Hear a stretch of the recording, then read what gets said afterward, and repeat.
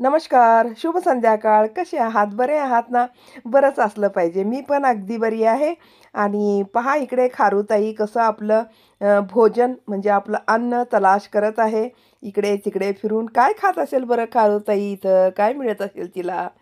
पहा तिच्या बाजूला तिकडं आणखीन एक खारुताई आहे. तर ते दोघी पण आपलं-आपलं भोजन शोधत आहेत.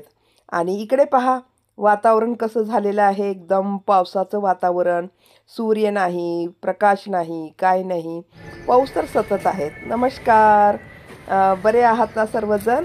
तर मी आता आलेली आहे शाळेतून घरी आणि वरती काय चाललंय पाहावं म्हणून आलेली आहे. कुठपर्यंत काम आलेलं आहे, कसं-कसं काम ते करत आहेत. कसं असतंय ना माणसाचं जीव सगळं आपल्या कामामध्ये गुंतलेलं असतं. आपण कोणतं काम करतो ना, मन लावून अगदी त्या कामात आपल्याला मन गुंतलेलं असतं ना, तर शाळेतून आलं की मग घरच्या कामामध्ये गुंतलेलं असतं मन, की काय चाललंय पाहावं. पहा कसं टाकलेलं आहे जिकडं-तिकडं सामान, पसारा इतकं टाकलेत ना वरती. आता मी इथं वरतीच आलेली आहे. हे पहा इथं काम करत आहेत. आता फरशी घालणार आहेत आणि इकडं सगळं काही त्यांचं काम चाललेलं आहे. तिकडं कट्टा करायचं, गॅस कट्टा करायचं ही अर्धवट ठेवलेले आहेत. तिकडल्या रूममध्ये पण थोडंसं झालेलं आहे काम. हे पहा इथं गॅस कट्ट्याचं, इकडं देवाचं. इथं टाईल्स त्याने बसवलेले आहेत. छान वाटत आहेत का टाईल्स बघा असं पांढऱ्या कलरचे. म्हणलं देवघरात पांढऱ्याच कलरचे छान वाटतात म्हणून पांढरे बसवलेले आहेत. आता ते विचारत आहेत की अजून किती हाईटवर टाईल्स बसवायचं. तर मी त्यांना म्हणलं की इंजिनियरला विचारा.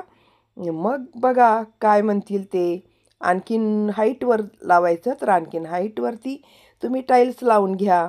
तर ते म्हणतात इतकं पण छान दिसतं चौकटीच्या बराबर जर लावलं तरी पण छान दिसतंय. तर आता इंजिनियर काय म्हणतात त्यांना विचारून मग ते सांगायचं आहे. इंजिनियरच्या ऑब्झर्वेशनमध्येच आम्ही घर बांधून घेत आहोत कारण त्यांना सगळं नॉलेज असतं ना, कोणतं काम कसं करायचं आणि कोणत्या वस्तू कुठून मागवायच्या, कसं मागवायच्या, कशा प्रकारच्या मागवायच्या, त्यांना नॉलेज असतं. त्यांचं शिक्षणच ते झालेलं असतं ना. मग आपण मनानं केलं तर काम व्यवस्थित होत नाही. म्हणून इंजिनिअरलाच सांगितलेलं आहे.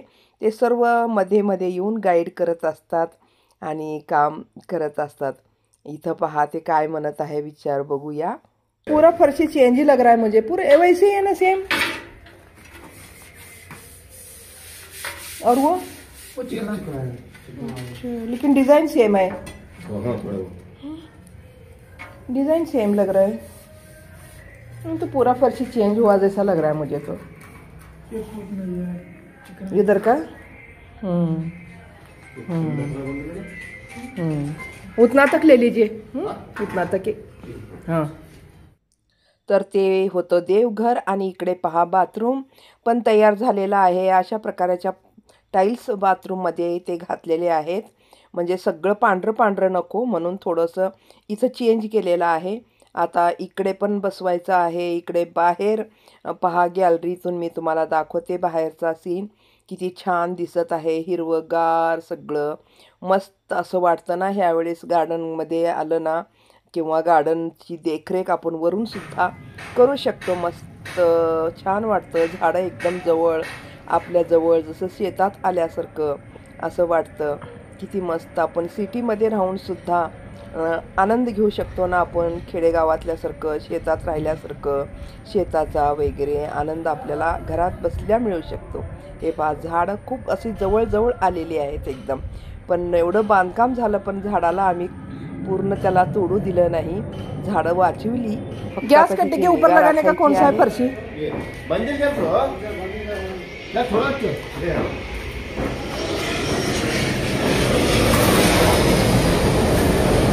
ये क्या दोनों साइड में दोनों किचन. आता मी आलेली आहे गार्डनमध्ये आणि थोडासा विचार करत आहे की काहीतरी काम करावं, गार्डनची सुरुवात तरी करावी. थोडं झाडं लावणं, पालेभाज्या लावणं, काहीतरी लावावं म्हणून विचार करत आहे. बघावं होतंय का? सुरुवात तर केलेली आहे. हे पहा कण्हेरीला खूप म्हणजे कळ्या आलेल्या आहेत आणि त्याला चांगलं योग्य वातावरण न भेटल्यामुळे सर्व झाडं म्हणजे एकदम विस्कळीत झालेली आहेत. अस्तव्यस्त झालेली आहेत. पाहूनच असं वाटायला लागलं की हे कधी होईल काम आणि कधी हे गार्डनला नवीन रूप आणता येईल. कसं करावं काही कळतच नाही पहा. आणि पहा आता हे काय काय करावं इतकं झालेलं आहे ना अस्तव्यस्त.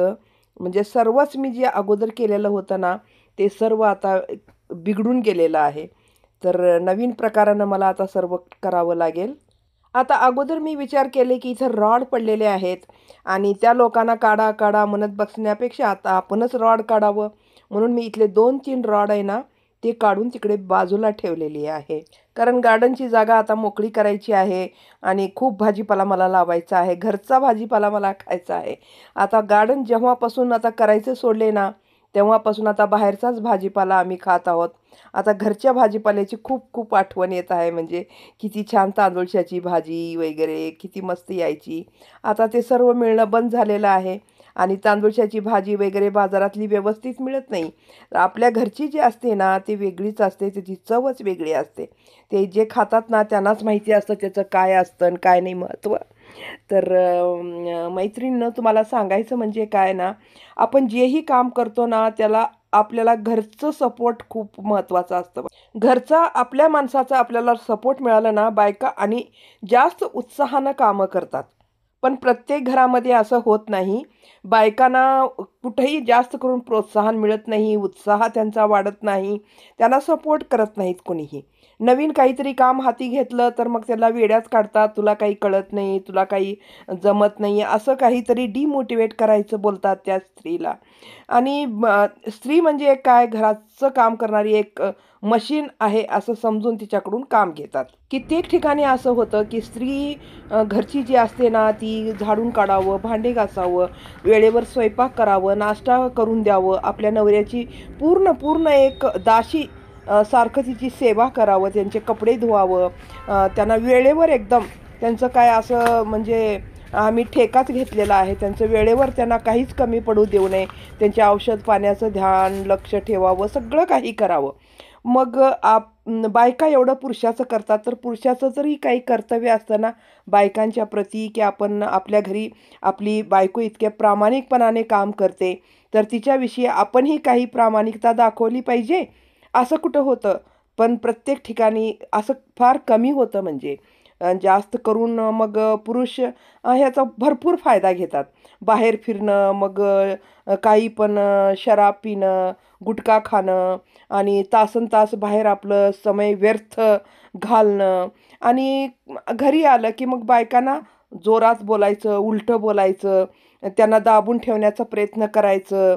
म्हणजे त्यांना माहिती असतं ना हे आता काही करू शकत नाही. आपल्याला आपलं काही वाकडं करू शकत नाही आहे स्त्री. आता कुठं माहेरी जाऊ शकत नाही, कुणाचं हिला सपोर्ट नाही. असं करून त्याचा स्त्रीचा पूर्ण एक एक पुरुष फायदा घेतात. बायकांना पण खूप टेन्शन होतं ना ह्या गोष्टीचा. म्हणजे नवरा असं करतो, आपलं ऐकत नाही, असं काहीतरी न करणाऱ्या गोष्टी करतो. मग बायकांनाही राग येतो, तिचंही टेन्शन वाढतं. मग तिला पण शारीरिक स्वास्थ्यावर तिचा परिणाम होतो. पण तिचं कोण विचार करणार आहे? ती तर मशीन होऊन बसलेली आहे ना. मुलांचं करा, आपल्या लेकरा-बाळांचं करा, नवऱ्यांचं करा, आपल्या सासू-सासऱ्यांचं करा, सगळ्याचं करा. आणि तिचा कुणीच विचार करत नाही. अशी परिस्थिती खूप ठिकाणी निर्माण झालेली आहे. असे जे प्रवृत्तीचे पुरुष असतात ना, त्यांचं पुढे चालून खूपच वाईट परिस्थिती येणार आहे. कारण सहन करून, करून, करून एकदा काहीतरी अनर्थ घडणारच असतं तिथं. म्हणून वेळ आहे तोपर्यंत पुरुषांनी सुद्धा सुधारलं पाहिजे आणि आपला संसार चांगला करण्याचा प्रयत्न केला पाहिजे. सर्वच आपलं काही कर्तव्य नाही, बायकांचंच चूक असतं, माझं काहीच चूक नसतं, असं म्हणून घेऊन स्वतःला की आपला पुरुष होण्याचं जे फायदा आहे ते घेण्याचा पुरुषांनी आता बंद केलं पाहिजे. वेळ काळ सर्व बदललेला आहे. तर चला मग मी व्हिडिओ इथंच संपवते. व्हिडिओ कसा वाटला नक्की सांगा. भेटू पुढच्या व्हिडिओमध्ये. धन्यवाद.